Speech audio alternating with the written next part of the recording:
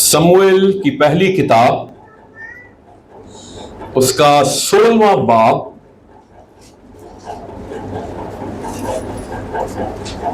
शमूएल की पहली किताब उसका 16वां बाब और उसकी ये आयत हम पढ़ेंगे 10वीं आयत से 18वीं आयत तक।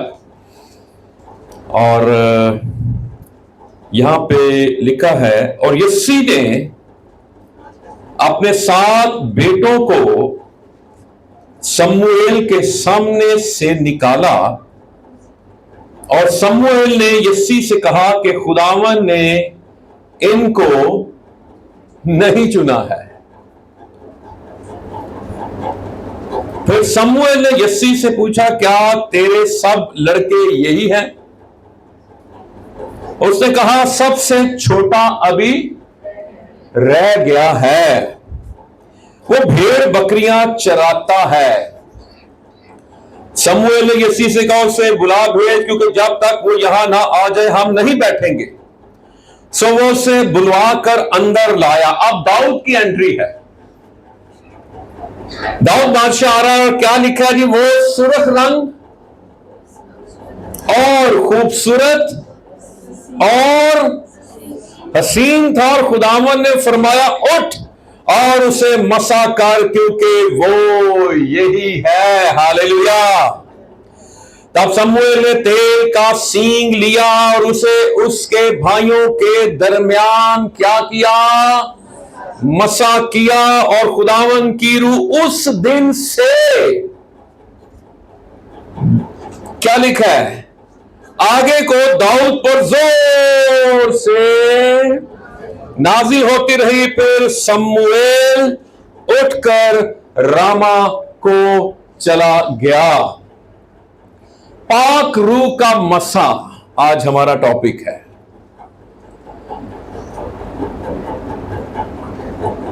मसा के लिए जो इब्रानी लफ्ज है वो है माशेख। क्या लफ्ज है? माशेख। और जब आप मसा की बात करते हैं तो मसा का मतलब रोटियां चोपड़ना, चुपड़ना लफ्ज है, उर्दू का लफ्ज है प्रॉपर चुपड़ना, जिन्हों से पंजाबी ही कहने चोपड़ दो, ठीक है। और फिर इसका मसा का लफ्जी मतलब है मालिश। मसा का लफ्जी मतलब है मसाज। मसा का मतलब है रगड़ना। मसा का मतलब है चुपड़ना, रगड़ना, मलना, मालिश करना, चसना। ठीक है। सो ये लफ्ज क्या है? उर्दू का मसा, और इब्रानी में क्या है? बोले, माशेख। और जब आप किसी को मालिश करते हैं या उसकी, हाँ, चसना, तो आप उसके सर पे क्या डालते हैं? और फिर हाथों से क्या करते हैं? मसा करते हैं। इसका मतलब है कि फिर वो शख्स जो आपका मसाज कर रहा है, मालिश कर रहा है, उसका हाथ आपके कहां पर है? सर पे है। तो अनॉइंटिंग क्या है? मॉरिस सिरोलो कहता है कि अनॉइंटिंग जो है वो खुदा का हाथ। मसा का मतलब है कि अब इस जिंदगी पर खुदा का हाथ ठहर गया है। और जब हम तेल की बात करते हैं तो ओल्ड टेस्टामेंट में तेल से मुराद रूहुल कुद्स की अलामत है, ठीक है। और फिर हम पढ़ रहे हैं इसकी 13वीं, जहां पे लिखा, तब शमूएल ने तेल का सींग लिया। कौन सा सींग? तेल का सींग लिया, और उसे उसके भाइयों के दरमियान, गुम तुरुप नहीं, चोरी छुपे नहीं, कोने में नहीं, पता ही ना चले, भाइयों के दरमियान उसे क्या किया? मसा किया। हालेलुया। और फिर खुदावन की रूह उस दिन से आगे को दाऊद पर जोर से, ये है अनॉइंटिंग। तेल उंडेला गया, तेल पाक रूह की अलामत है, मसा किया गया और फिर खुदा का रूह उस दिन के बाद से क्या हुआ जी? दाऊद पर जोर से नाजिल होती रही। मसा जब हम लफ्ज इस्तेमाल करते हैं और गीतों में भी गाते हैं, दुआओं में भी लफ्ज मसा इस्तेमाल करते हैं। मसा क्या है?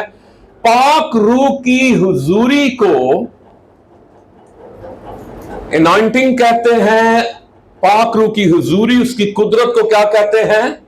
मसा कहते। आज बड़ा मसा था, यानी आज खुदा की प्रेजेंस, खुदा की हुजूरी थी। हालेलुया।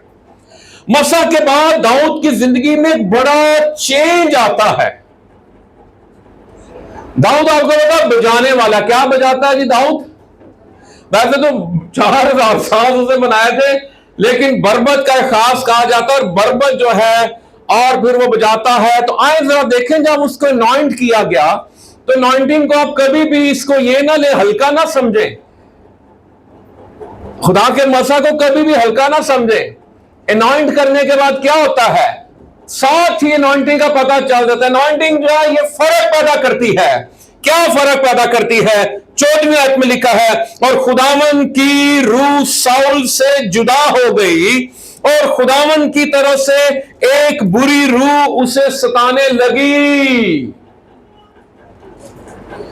दाऊद पर अब कौन सी रूह आ गई है? नहीं, दाऊद पर। अच्छा, दाऊद तो तुसी कह रहे बुरी रूह। तोबा तोबा। किस पे बुरी रूह? साउल पे। और दाऊद को जब मसा किया गया तो उस पे कौन सी रूह आई? खुदा की रूह किस पे आ गई? और बुरी रूह किस पे आ गई? साउल पे आ गई। साउल पहला बनी इस्राएल का क्या? अब कौन बन रहा है? दाऊद। तो इसका मतलब है कि साउल ने क्या की? नाफरमानी। और खुदा की अनॉइंटिंग, खुदा का मसा, खुदा का रूह, खुदा का जलाल उसकी जिंदगी से चला गया। और जैसे ही पाक रूह ने उसको छोड़ा तो कौन सी रूह उसको सताने लगी? ये बड़ी खास बात है। तो उस मसा की कदर करें, उस पाक रूह की कदर करें। पता क्यों कदर नहीं करते? मुफ्त जो मिली जे कीमत दे के खरीदी हो ना, जैन मोबाइल खरीदया होंदा है तो फिर स्क्रैच ना पै जाए, ध्यान नल, ऐसे ही है ना। तो मसा की हमें क्या करनी है? अब जरा फर्क मैं आपको बता रहा हूं क्या लिखा है। और साउल के मुलाजमों ने से कहा, देख अब एक बुरी रूह खुदा की तरफ से तुझे सताती है, तो हमारा मालिक अब ऐसे खादमों को जो उसके सामने हुक्म दे के वो कैसे शख्स को तलाश करके लाए। ये म्यूजिक वालों सुनो, तलाश करके लाएं जो बरबत बजाने में क्या हो? उस्ताद हो। जब खुदा की रूह की तरफ से ये बुरी रूह तुझ पर चढ़ है, वो अपने हाथ से बजाए और तू बहाल हो जाए। तो बजाने से भी जिंदगियां क्या हो सकती हैं? बहाल। ये नहीं लिखा कि दाऊद वहां पे गाता था यीशु के नाम में, यीशु के नाम में। वो क्या करता था? बजाता था। तो बजाने वालों पर भी खुदावंद की कुदरत, खुदावंद की अनॉइंटिंग होनी चाहिए। हालेलुया। वो बजाएं, वो जनाब हाथ रखन ते की होवे जी, नापाक रूहे जिंदगियों को छोड़ना शुरू कर दे। हालेलुया। लेकिन नाल एक और गल भी दसदा कि बजाने वालों को उनके अंदर और भी क्वालिटीज होनी चाहिए। पता नहीं गल किधर टुर पई है। 17वें आयत में लिखा, साउल ने अपने खादमों से कहा, खैर एक अच्छा, कौन जी? अच्छा बजाने वाला मेरे लिए ढूंढो। सिर्फ बजाने वाला नहीं, कौन जी? अच्छा बजाने वाला। और क्या लिखा है? उसे मेरे पास आओ। तो जवानों में से यूं बोल उठा के, मैंने बैतलहम के यस्सी के बेटे को देखा है जो बजाने में उस्ताद। दाऊद क्या है? बजाने में और जबरदस्त जंगजू भी अच्छा है और जंगी मर्द और गुफ्तगू में साहिबे। सिर्फ बजाना भी नहीं आंदा, गुफ्तगू भी उसकी कैसी थी? साहिबे तमीर। बड़ा बोलने में भी बड़ा अच्छा था। और बजाने में भी अच्छा था। और फिर लिखा और खूबसूरत आदमी है, और सबसे बड़ी डिग्री जो बजाने वालों के साथ होनी चाहिए, क्या लिखा है? खुदावन उसके साथ है। हालेलुया।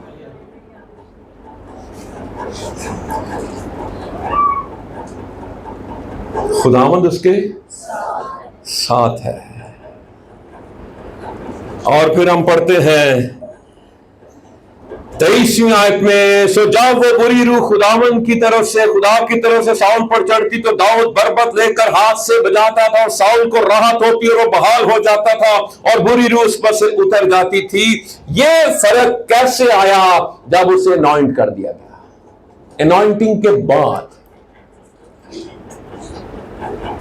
फर्क है ना। मसा क्या करता है जी? मसा प्रशिश को फर्क बना देता है। जब आप मसा में प्रशिश करते हैं, मसा में गाते बजाते हैं, तो क्या होता है? बंधन टूटते हैं। बजाएंगे आप, बदलू हुए दूसरों को छोड़ के जाएंगे। पौलुस और सिलास प्रशिश कर रहे थे, हमद के गीत गा रहे थे, तो क्या हुआ था? सारे कैदियों की बेड़ियां खुल गई, कैद खाने के सब दरवाजे खुल गए। आप बजाएंगे, आप प्रशिश करेंगे, आपसे आप पर जो अनॉइंटिंग है वो रिलीज होगी और वो दूसरों को आजाद करेगी। हालेलुया। तो पाक रूह का मसा वो जो है वो हर इबादत में मौजूद होता है। पुराने अहदनामा में सुनिए, लोगों को, काहिनों को और बादशाहों को और नबियों को बाकायदा उनके सर पर क्या उंडेला जाता था? तेल उंडेला जाता था और लोगों के सामने उंडेला जाता था। हेड को मसा किया जाता था। लेकिन नए अहदनामा में क्या है? नए अहदनामा में आपको ऐसा कोई सिलसिला नजर नहीं आता कि नए अहदनामा में रसूल चुने जा रहे हैं, उनके सर पे तेल उंडेला जा रहा है। नहीं, ऐसा कहीं पे आप नहीं पढ़ेंगे। क्या ख्याल है? क्योंकि तेल जो है वो पाक रूह की अलामत है। ओल्ड टेस्टामेंट में जाहिरी चीजें आपको बहुत सी नजर आती हैं, लेकिन जब नए अहदनामा में आप पर पाक रूह नाजिल होता है तो एक्चुअली वही आपको तेल से मसा कर दिया जाता है। हालेलुया। खुदा यीशु मसीह ने लूका के इंजील 4 बाब में बात कही थी, खुदा का रूह मुझ पर है, उसने मुझे मसा किया। यीशु मसीह पर किसी फकीर फरीसी ने हाथ नहीं रखे, किसी काहिन या सरदार काहिन ने हाथ नहीं रखे, कोई नबी आके उसने हाथ नहीं रखे, किसी रसूल ने आकर हाथ नहीं रखा। और यीशु मसीह पर खुदा का रूह है, उसे मसा किया गया। उसे कब मसा किया गया? जब यीशु मसीह ने पानी का बपतिस्मा लिया और रूह कबूतर के मानंद यीशु मसीह पर नाज़िल हुआ। यही यीशु मसीह को वहां पर रूहुल कुद्स का मसा मिलता है और फिर वो कहता है खुदा का रूह मुझ पर है और उसने मुझे क्या किया है? मसा किया है। तो आप जितने भी पाक रूह से मामूर हैं, आप सबको, हम तो दुनिया में बताने के लिए करते ना, पादरी जब महसूस करते हैं तो तेल से लगाते हैं, तेल उंडेलते हैं लोगों को दिखाने के लिए, इसिया को दिखाने के लिए। लेकिन अगर उस रूहुल कुद्स का मसा खुदा की तरफ से मसा नहीं किया गया तो पावे तेल दियां बोतलां ते बाल्टियां रोड दे उत्ते उहदे ते अनॉइंटिंग नहीं ठहरेगी जब तक खुदा की तरफ से उस शख्स को मसा ना किया जाए। Hallelujah, hallelujah. आज पता सेमिनार में क्यों लोग जाते हैं? सिर्फ डिग्री की खातिर। और 3 साल का टारगेट बना के जानते थे, मैं वड्डे चर्च लगना है। जदों वाले साहब रिटायर होने वाले होंगे ने तो मुंडे नूं कहंदे छेती छेती कर, छेती छेती तालीम मुकम्मल कर, तेनू मैं अपनी थां ते लाना है।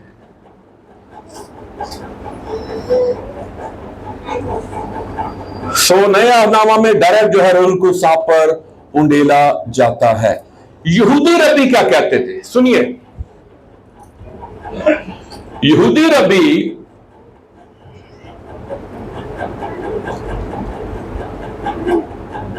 कहते थे, सुनिए मेरी तरफ ध्यान रखिए, कि जब बादशाह को अनॉइंट किया जाता तो सुनिए खास बात, बाइबल में नहीं लिखी लेकिन यहूदी रबी क्या कहते थे? कहते कि जब बादशाह को मसा किया जाता था ना तो उस पे रीत की तरह तेल उंडेला जाता था। रीत समझ हो? और रीत और जेडी गोल जी लगी होंगी है रीत, और क्रिसमस ने नहीं वेखी रीत? नहीं वेखी है? रीत भूल गए हो? प्रीत और याद है, रीत याद नहीं होनी है। तो रीत की तरह उसके सर पर क्या उंडेला जाता था? दायरे की सूरत में ताज बनाया जाता था। और जब किसी काहिन को मसा किया जाता था तो यूनानी लफ्ज जो खी है, खी की तरह उसके सर पर तेल उंडेला जाता था। बादशाह के सर पे रीत की तरह के क्राउन बनाया जाता था और काहिन पे जो यूनानी लफ्ज खी है उससे वो उसके सर पर वो निशान बनाया जाता था, खी।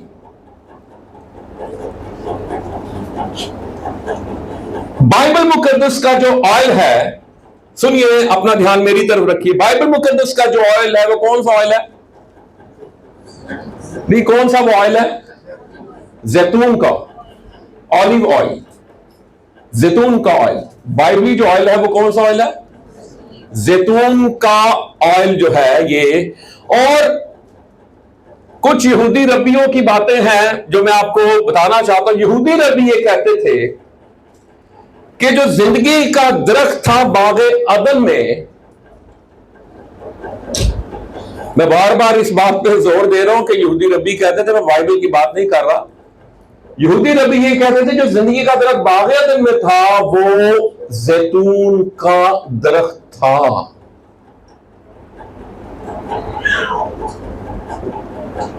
और जैतून के पहाड़ को, क्योंकि वहां से जो जैतून हासिल किया जाता था और वहां से तेल हासिल किया जाता था, और फिर क्योंकि वो तेल फिर उसकी 4 प्रेसिंग्स होती थी, 4 तरह से उसमें से जो 4 दफा ऑयल निकाला जाता था, उसकी भी एक कैटेगरी थी। और जैतून के पहाड़ को यहूदी जो रबी थे, उस्ताद थे, पता क्या कहते थे, किस नाम से पुकारते थे? मसा का पहाड़, जो जैतून का पहाड़ है। और जैतून का जो दरख्त है, अगर इसकी मुनासिब देखभाल की जाए तो ये हजारों साल तक कायम रहता है। यह ऐसा दरख्त है, ये 1000 साल तक कायम रहता है। यीशु मसीह के जमाने को गुजरे हुए 2000 साल गुजर गए और यीशु मसीह के टाइम के जैतून के दरख्त जो है अभी भी जैतून के पहाड़ पर मौजूद है। ये खुशहाली में मौसम कैसा भी क्यों ना हो, पानी हो ना हो, बारिश हो ना हो, ये कायम रहता है, ये फल देता रहता है। ये हर तरह के मौसम में ये एवरग्रीन है, ये सदाबहार है।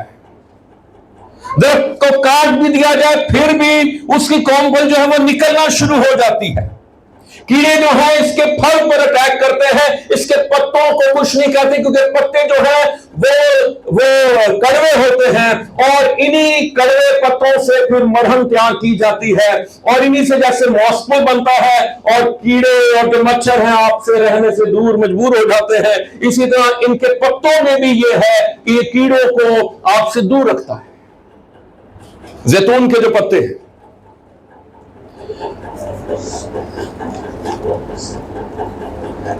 जब एक जैतून का जो फल जमा किया जाता है तो सुनिए गौर से,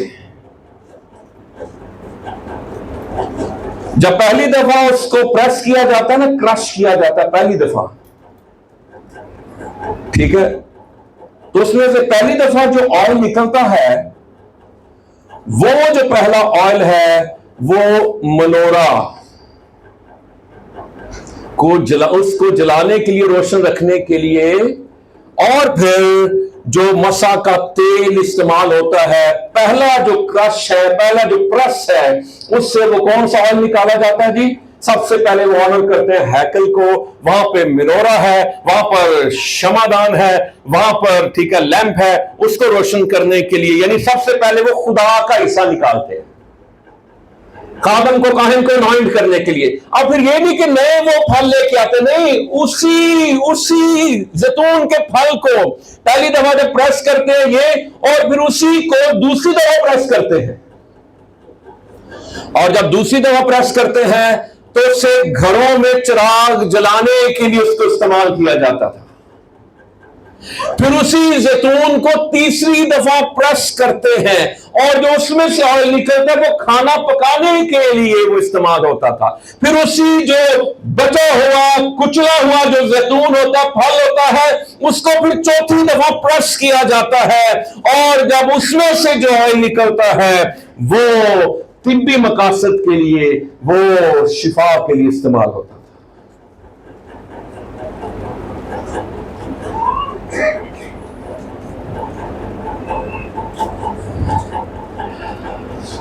ये जैतून का तेल ओल्ड टेस्टामेंट में तो डायरेक्ट, आपको पता है सब्ज जो जैतून होता है और काला जैतून जो होता है क्या फर्क है? सब्ज जैतून भी देखा है ना, काला जैतून भी देखा है ना, क्या फर्क है? अच्छा, फर्क ये है कि जो नवा नवा होता है तो ग्रीन होता है, तो जो मैच्योर हो जाता पक जाता है तो काला हो जाता है। ठीक है। मैं भी हैरान होता था, मार्केट जाओ ना, सेल मार्ट अगे पीछे, तो मैं कहना सब्ज भी नजर आते ने, काले भी नजर आते ने, एक ही चक्कर है। फिर जब मैंने पढ़ा उसको देख रहा था तो फिर पता चला जो ग्रीन होता है वो शुरू का होता है और फिर बाद में वो क्या हो जाता है, ब्लैक, वो मैच्योर हो गया है। हालेलुया।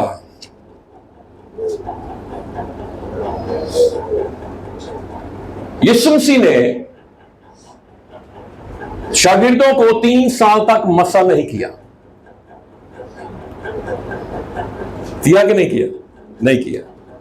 और यीशु मसीह ने कहा मैं आसमान पर जाऊंगा और वहां से तुम्हारे लिए रूह कुछ भेजूंगा और तुम पर अनॉइंटिंग आएगी, तुम पर मसा आएगा। खुदा का रूह मुझ पर है, उसने मुझे क्या किया है? मसा किया है। हालेलुया। जैतून का तेल जो है ये बाइबली तेल है। और आज डॉक्टर्स भी क्या कहते हैं, केड़ा ऑयल इस्तेमाल करो जी? अगर बीमारियां तो बचना चाहते हो, अगर दिल ठीक रखना चाहते हो तो केड़ा तेल इस्तेमाल करो? जैतून का तेल, क्योंकि ये बाइबली तेल है। ये फर्क है। जब आप पर खुदावन की कुदरत, खुदावन की अनॉइंटिंग आ जाती है तो फिर वो फर्क पैदा करती है। तो दाऊद क्या जी बजाता है, लेकिन अनॉइंट होने के बाद जब वो बजा रहा है तो फिर कैसी अनॉइंटिंग है जिसपे फिर नापाक रूहें भी भागती हैं जी। नाल ही जो ठेका लांदा है ना तो बदरुआ चला चला के दौड़ दिया और वो बहाल हो जाता है, उसको राहत नसीब होती है, उसको शिफा मिल जाती है। इसलिए जो अनॉइंटिंग, जो कुदरत आप पर है, जो मसा आप पर है, उसकी कदर कीजिए। और मसा उस वक्त हरकत में आता है जब आप हरकत में आते हैं।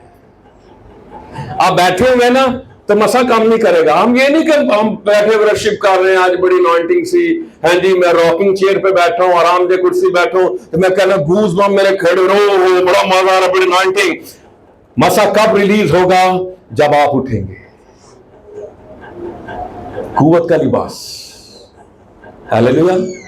मिसाल के तौर पर ये मैंने कुव्वत का लिबास पहना हुआ है, ठीक है, मैं बैठा हूं तो बैठा हूं, लेकिन जैसे मैं अपना हाथ बढ़ाऊंगा तो क्या होगा? मेरे साथ मेरी शर्ट भी मूव करेगी। जब मैं हाथ बढ़ाऊंगा तो पाक रूह भी मेरे साथ मूव करेगा, मुझसे अनॉइंटिंग रिलीज होगी। जब मैं मूव करूंगा तो फिर पाक रूह भी मेरे साथ मूव करता है। हालेलुया, हालेलुया, हालेलुया।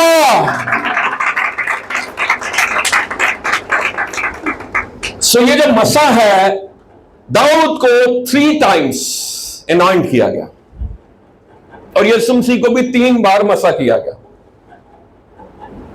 दाऊद को कितनी दफा मसा किया गया जी? 3 बार। पहला मसा हमने पढ़ लिया जब समूएल उनके घर में आता, यीशु के घर में, तो क्या करता है जी? उसको अनॉइंट करता। दूसरी बार जरा पढ़िए, दूसरा समूएल 2 बाब उसकी 4थी आयत। दूसरा समूएल 2 बाब 4थी आयत। ये दूसरी दफा से मसा किया जा रहा है जी। तब यहूदा के लोग आए और वहां उन्होंने दाऊद को मसा करके यहूदा के खानदान का बादशाह बनाया।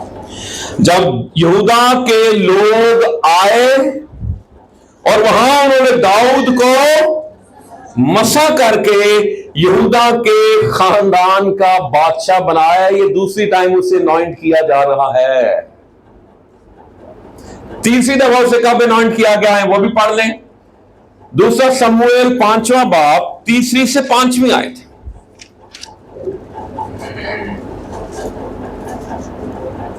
इस्राएल के सब बुजुर्ग हबरोन में बादशाह के पास आए और दाऊद बादशाह ने हबरोन में उनके साथ खुदावन के अहद बांधा और उन्होंने दाऊद को मसा करके इस्राएल का बादशाह बनाया। उन्होंने दाऊद को मसा करके किसका बादशाह बना दिया जी?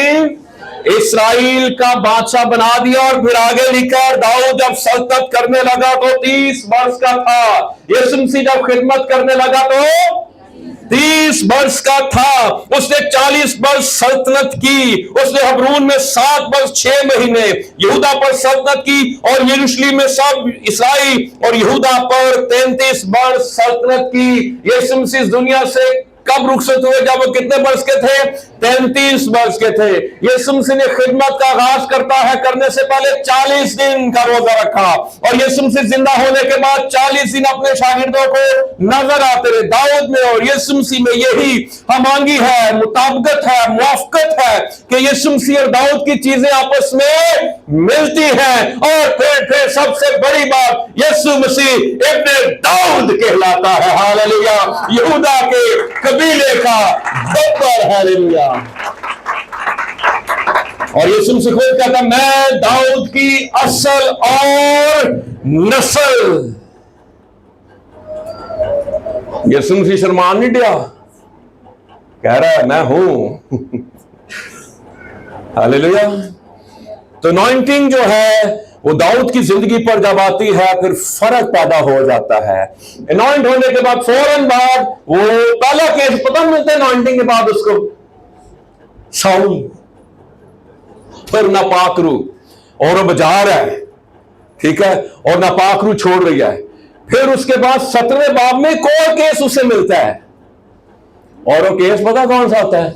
जूलियत। 9 फुट का शख्स, छोटा जा काका।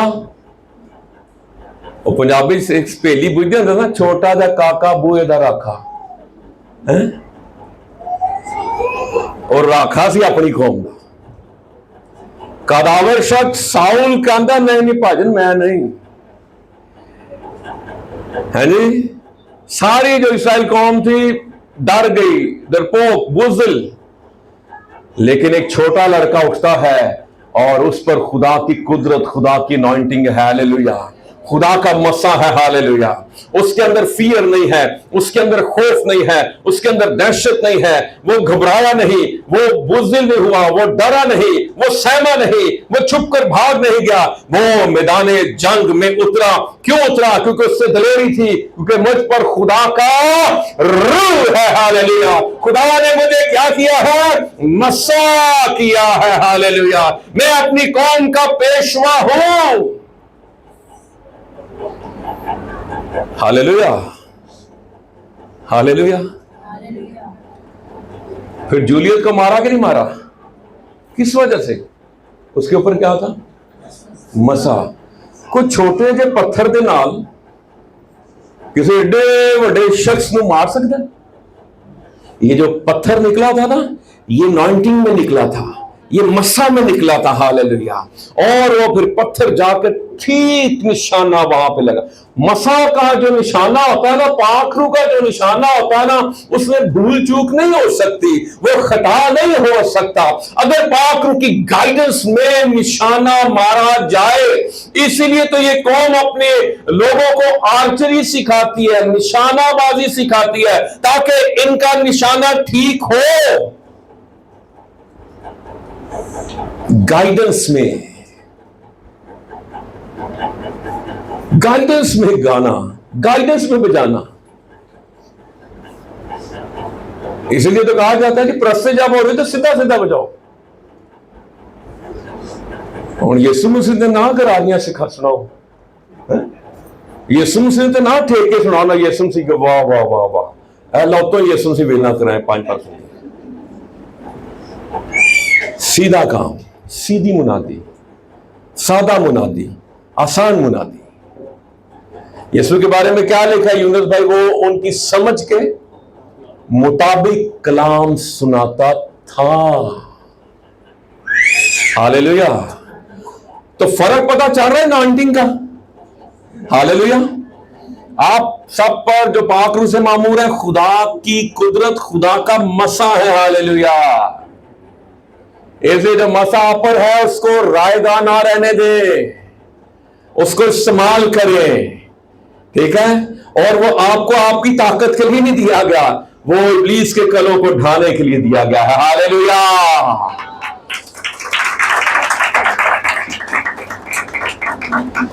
पहला समूह 10वें बाब की पहली आयत।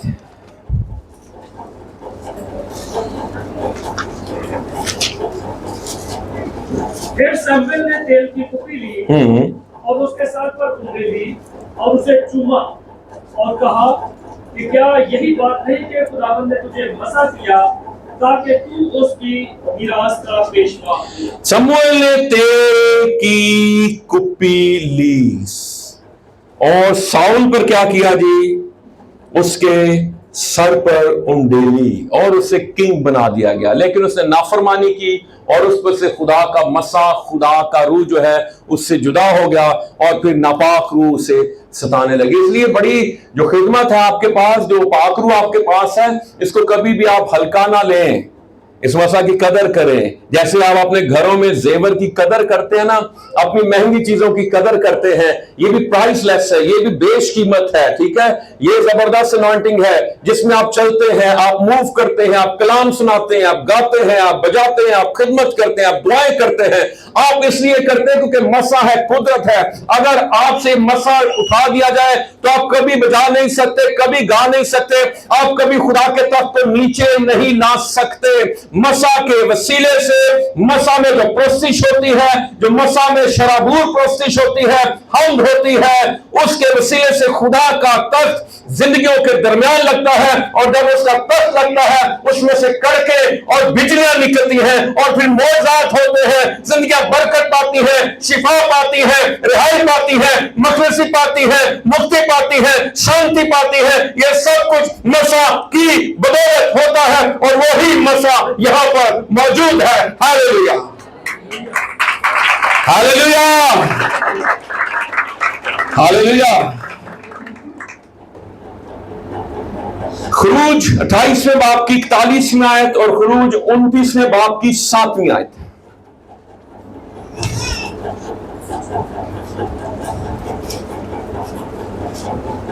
जी जल्दी से पढ़ दें। और कुर्ता बारीक दांत का बना हुआ और 4 खाने का हो और अमामा भी बारीक तांगी का बनाना और एक कमरबंद बनाना जिस पर बेल बूटे खड़े हों।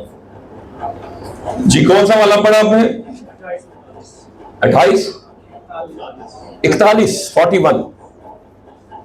और तू ये सब अपने भाई हारून और उसके साथ उसके बेटों को पहनाना और उनको मसा और मखसूस और मुकद्दस करना ताकि वो सब मेरे लिए कायम की खिदमत को अंजाम दे। पहले क्या करना? मसा, उसके बाद मसा, मखसूस और मुकद्दस।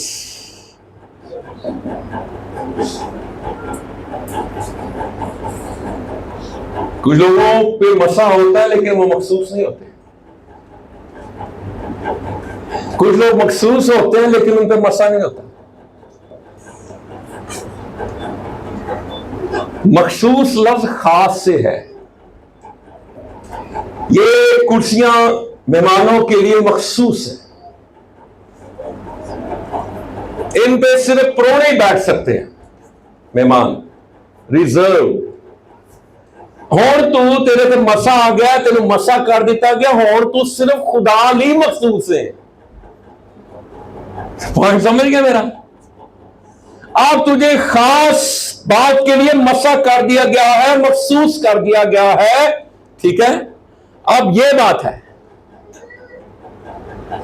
मसा, मखसूस और फिर क्या है? मुकद्दस। फिर 29वें बाब की 7वीं आयत, चैप्टर नंबर 29 वर्स नंबर 7।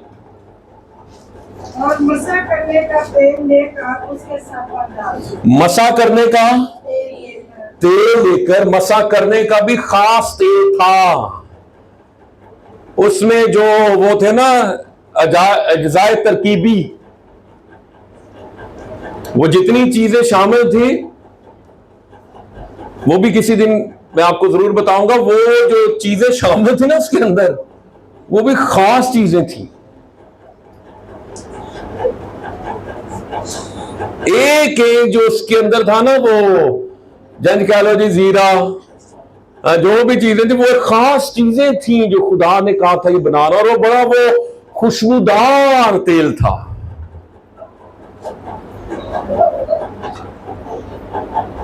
और ये सर पे उंडेलना। ज़बूर 92 जल्दी से पढ़िए, आयत नंबर 10। ज़बूर 92 आयत नंबर 10 जी, जल्दी से। लेकिन तूने मेरे सींग को जंगली सांड के सींग की माने बुलंद किया है। हाँ, उस पर ताजा तेल मला गया है। कौन सा तेल? ताजा तेल। कौन सा तेल? ताजा तेल। मैंने आपको बताया ना 4 प्रेसिंग्स थी। जब तेल को प्रेस किया जाता था, कुचला जाता था, उसमें से जो पहला ऑयल निकलता था वो क्या किया जाता था? उससे काहिनों को मसा किया जाता था। तो दाऊद उस तेल की बात कर रहा है, फ्रेश करना, नए निकले गरम गरम फ्रेश। मैंने याद है गरम गरम तंदूरी रोटी लैके आ रहे होंगे सन ना बचपन पतीरी ते आंदे अंदर दी गंजी खा जाते सन। गरम गरम होती सी ना, कड़क। हाँ जी, वेलने तो जो गुड़ निकलना है जी, हाँ जी, पिंड का उकलार का बात जाता है गरम गरम सामने अखा ने निकलना, सामने चीजा जी, बड़ा बंदा खुश होता है। वो तो सब्जियां पुट के पकानियां खानियां, कितना मजा आता है। तो वो दाऊद क्या कहता है, मुझ पे कौन सा तेल मिला गया? ताजा तेल, बासी नहीं। कोई लोग आते अनॉइंटिंग जी ना बासी होगी, अनॉइंटिंग बासी, और उनके चेहरे पे छाई रहती है उदासी।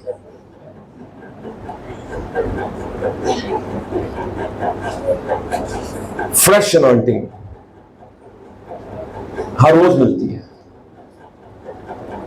उसके कदमों में बैठने से मिलती है, उसकी हजूरी में ठहरने से मिलती है। कदी कदी नहीं। हम पता है अनॉइंटिंग कहां पे हासिल करने जाते हैं? ओए औरत दी मीटिंग पे चलिए। चर्च आपकी अनॉइंटिंग लेने की जगह नहीं है बेटे, अगर मैं गलत हूं तो मेरी सलाह कर देना। चर्च आपकी अनॉइंटिंग लेने की जगह नहीं है। आपकी जो दुआया कोठरी है वो आपकी अनॉइंटिंग लेने की जगह। खलवत में, पोशीदगी में, तन्हाई में बैठना। ओ ते साउल भी जो मिल जाता सी, क्यों भैन सोनिया, तो की करता सी? ओ माहौल ही जाके तो सारे ही रूहानी हो जाते ना मेरी तरह। और खुदावन के दिन मुकाशो पहले बाब की 10वीं आयत में क्या लिखा है? और खुदावन के दिन मैं रूह में आ गया। और वहां पे लिखा संडे के दिन मैं रूह में आ गया। कुछ लोग संडे वाले दिन बड़ा रूह में होते हैं, खुद के गैर जुबाना बोलते हैं। तो मंडे से लेके हफ्ते तक क्या करते हैं? उन्होंने जो कहते मेरे नेड़े ना बंदा कहता 6 दिन तो दूर ही रहो।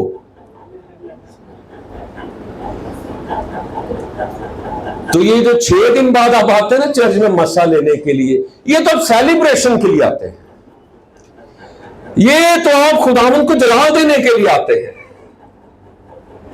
इस मसा पे आप 6-7 दिन ना गुजारें। अच्छा चले मैं आपको समझाने के लिए बात करूं। 6 दिन आप रोटी ना खाएं, 7वें दिन खाओ तो फिर क्यों नहीं समझ? 6 दिन रोटी ना खाओ तो 7वें दिन आके कहो ये संडे में रोटी खावांगे, तो क्या हालात होंगे 6 दिन आपके? हैं जी?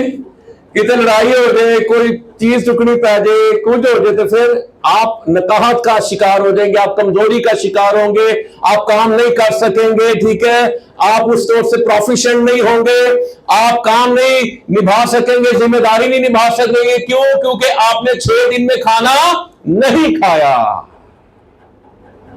क्या हाल है जी? तो ये जो 6 दिन में ही ना करते, तो फिर यहाँ पे कौन सी अनॉइंटिंग आ जाती? कौन सा तेल होता है पुत्र मुअज्जम? बासी तेल। अनॉइंटिंग आपने कब कब लेनी है? हर रोज। ये चर्च में तो अनॉइंटिंग नहीं मिलती, पता नहीं कोई मन इतराज ना कर दे मेरे ते, चर्च में तो अनॉइंटिंग नहीं मिलती।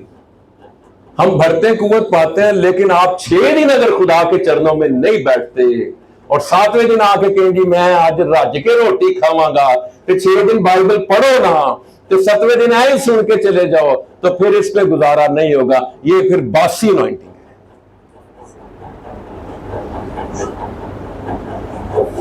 मेरे सर पे कौन सा तेल मला है? ताजा तेल मला है। हालेलुया। 2 वाले पढ़ेंगे, उसके बाद हम दुआ करेंगे। जल्दी से पढ़ दें जी। यशायाह 10:27 पढ़ दें और अमाल 10:38 जी। यशायाह 10:27 और अमाल 10:38। और उस वक्त यूं होगा, हाँ जी, कि उसका बोझ तेरे कंधे पर से और उसका जुआ तेरी गर्दन पर से उठा लिया जाएगा। हाँ। और वो जुआ मसा के सबब से तोड़ा जाएगा। जुआ किस सबब से तोड़ा जाएगा? जुआ किस सबब से तोड़ा जाएगा? मसा के सबब से। मसा आएगा तो की करेगा जी? जुआ केड़ा जुआ? जरा बैलों ते रखा जाता है, जानवर ते रखा जाता है, वो यानी कानिया का तो नहीं पढ़िया होता अफजल भाई, वो मजबूत जुआ होता है। लेकिन अनॉइंटिंग की कुदरत देख लीजिए, जब वो मसा आता है तो फिर वो इन जुओं को आपकी जिंदगी पर जो लगे होते हैं उनको तोड़ देता है। हालेलुया। ये कुदरत मसा में है, पाक रूह की हुजूरी में है, पाक रूह की प्रेजेंस में है। हालेलुया। आप चाहते हैं कि आपकी जिंदगी पर से जुए टूटे, बंधन टूटे, आप रिहाई पाएं, आप आजादी पाएं, आप मखलसी पाएं, तो फिर आप खुदावन के मसा को अपनी जिंदगी पर बहने दें, अपनी जिंदगी पर रिलीज होने दें। हालेलुया। अमाल 10:38। खुदा ने यीशु मसीह को रूह कुदस और कुदरत से किस तरह मसा किया? खुदा ने यीशु नासरी को रूहुल कुद्स और कुदरत से किस तरह आगे? वो भलाई करता और उन सब को जो इब्लीस के हाथ से जुल्म उठाते थे शिफा देता था। मसा का मतलब है वे आजकल हम मसा को बेचते हैं।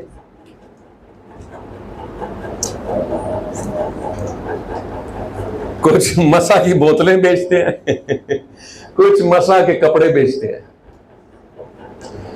आपको पता है अभी मैं और आप जिस दौर में से गुजरे हैं, पाकिस्तान में भी खैर ये काम शुरू हो गया।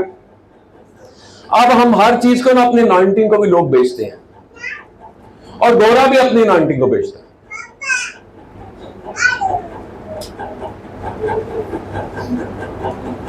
अपनी नबूवत को बेचता है, वर्ड ऑफ नॉलेज को बेचता है, वर्ड ऑफ विजडम को बेचता है। ये मसीहत कहां पे जा रही है? शागिर्दों की लाइफ उठा के देख लें, कैसी जिंदगी उन्होंने बसरी। नौशश की हलीमी, फिरोतनी, सादगी। हालेलुया। वो खुदा को टाइम देते थे और उसके बाद वो मुनादी करते थे। हालेलुया। रूह निजात पाती थी, काम होता था, शिफा का, बहाली का, बेदारी का। हालेलुया। और फिर क्या लिखा है 38वीं आयत में? खुदा ने यीशु नासरी को रूहुल कुद्स और कुदरत से किस तरह वो भलाई करता। अनॉइंटिंग चेक कर लो, अगर भलाई करन दे तो ਤੁਹਾਡੇ ਤੇ ਕੀ है? अनॉइंटिंग है। अनॉइंटिंग होएगी तो भलाई करोगे। आगे, और उन सबको इब्लीस के हाथ से जुल्म उठाते थे शिफा देता फिरा, क्योंकि खुदा उसके साथ। खुदा उन्हीं के साथ है जो इब्लीस के बंधनों को तोड़ते हैं, जुल्म की जंजीरें तोड़ते हैं, जो भलाई के काम करते हैं। हमने अनाउंटिंग किस लिए रखी हुई है? हमारी अनाउंटिंग का क्या फायदा? कुछ लोग ना अपनी अनाउंटिंग फ्रिज में रखी होती है और ठंडी होंडी होती है अनाउंटिंग।